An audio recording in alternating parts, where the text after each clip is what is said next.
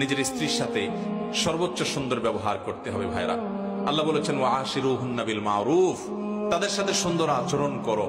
আমাদের অনেক ভাইরা আছেন বাহিরে অনেক ভালো, কাস্টমারের সাথে ভালো, ক্লায়েন্টের সাথে ভালো, পরিচিত অপরিচিত মানুষের সাথে ভালো, কিন্তু নিজের স্ত্রীর সাথে যা তা আচরণ, বদরাগ আছে না নাই? বেচারের উপরে যত রকমের টর্চার, অবিচার, গালমন্দ, বাজে কথা ঘরে ঘরে।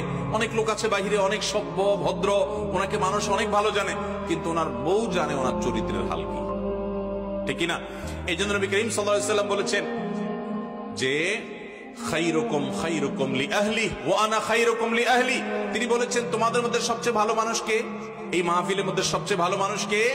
যে তার পরিবারের কাছে, কোন কোন হাদিস তিনি স্ত্রীকে নির্দিষ্ট করে বলে দিয়েছেন যে তার স্ত্রীর কাছে ভালো। অর্থাৎ স্ত্রী যদি বলে দিল থেকে যে আমার সাহেব, আমার স্বামী ওনার মতো মানুষ হয় না, উনি আসলে একজন অমায়িক ভালো মানুষ, এই সার্টিফিকেট যদি বউয়ের কাছ থেকে নিতে পারেন তো আল্লাহর কাছেও আপনি ভালো।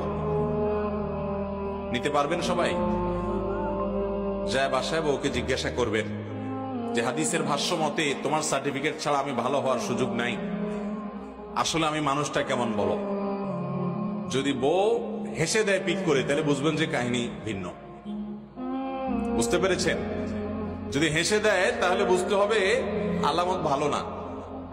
অতএব স্ত্রীর কাছে ভালো হওয়ার জন্য নিজের আচরণটাকে সুন্দর করার চেষ্টা করতে হবে ইনশাআল্লাহ।